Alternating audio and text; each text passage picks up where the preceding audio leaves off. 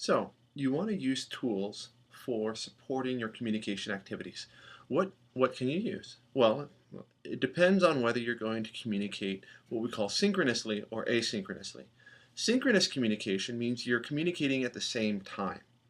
Asynchronous communication means you're communicating at different times. An example of a synchronous communication is a phone conversation.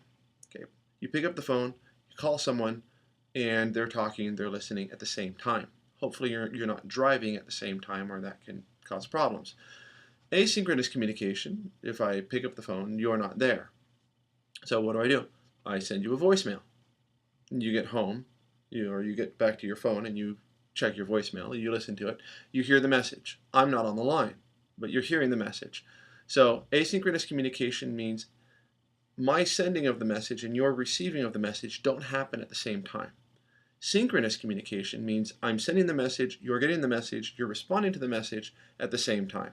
Synchronous, same time. Asynchronous, different time. So what does that mean for communication? To support communication, we need to figure out, do we need to communicate synchronously or asynchronously? For synchronous communication, we have different tools. We have video conferencing, and that can be something as simple as Skype or some other more developed video conference tools. You have phone conferencing, teleconferencing.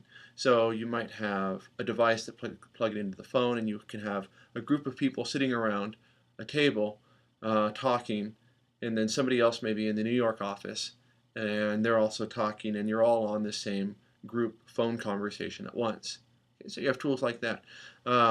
Video conferencing can also involve the sharing of, say, PowerPoint presentations to a broad audience, and they might phone in and they can hear what you're saying and they can see what you're showing at the same time. So those are synchronous communication tools. Other synchronous communication tools include multi-party chat, so instant messaging can be considered synchronous.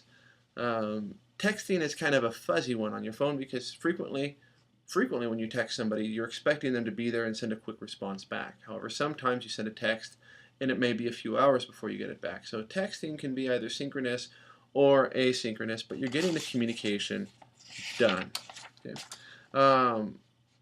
If you're in the same location, then you can kind of work off of the same workspace. So you might have a bunch of people huddled around a computer and they're all working off of the same Word document. Okay. Or similarly, you might take a Word document and you might email it to somebody else, and that might be your communication. Okay, so presentation software, these are all communication support tools. Okay, if you have people in different locations, there are tools for that as well. So we've looked at, as I mentioned, sharing presentations over long distances for these video conferencing tools. For asynchronous communication, I've mentioned voicemail. Texting can be asynchronous.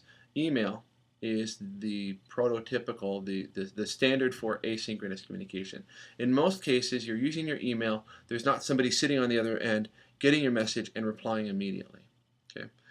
Discussion forums. So if you go and post a message on a discussion board and someone sends a reply, then you can go back and people visiting can kind of see the structure, the main topic, any replies to that message, any replies to those replies, and it's kind of structured like an outline typically, and that's a discussion forum. You've probably used them for various activities in class or at work. Team surveys is another one.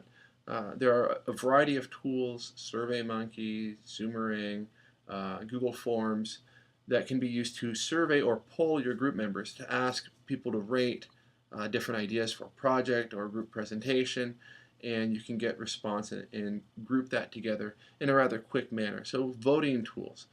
And so tools have been around like this for quite some time to help support group collaboration, but understanding how they're best used and when to use them still remains a challenge. Okay, so things to think about in terms of these tools is when would you use a synchronous communication tool instead of an asynchronous one?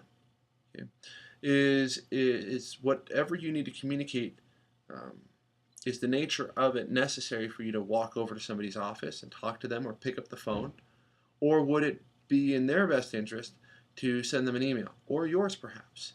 This might depend on the nature of the message. It's a lot easier to insulate yourself as a deliverer of bad news to send somebody an email than to call them up and tell them they've been rejected for a job promotion or for consideration for some assignment face to face or over the phone.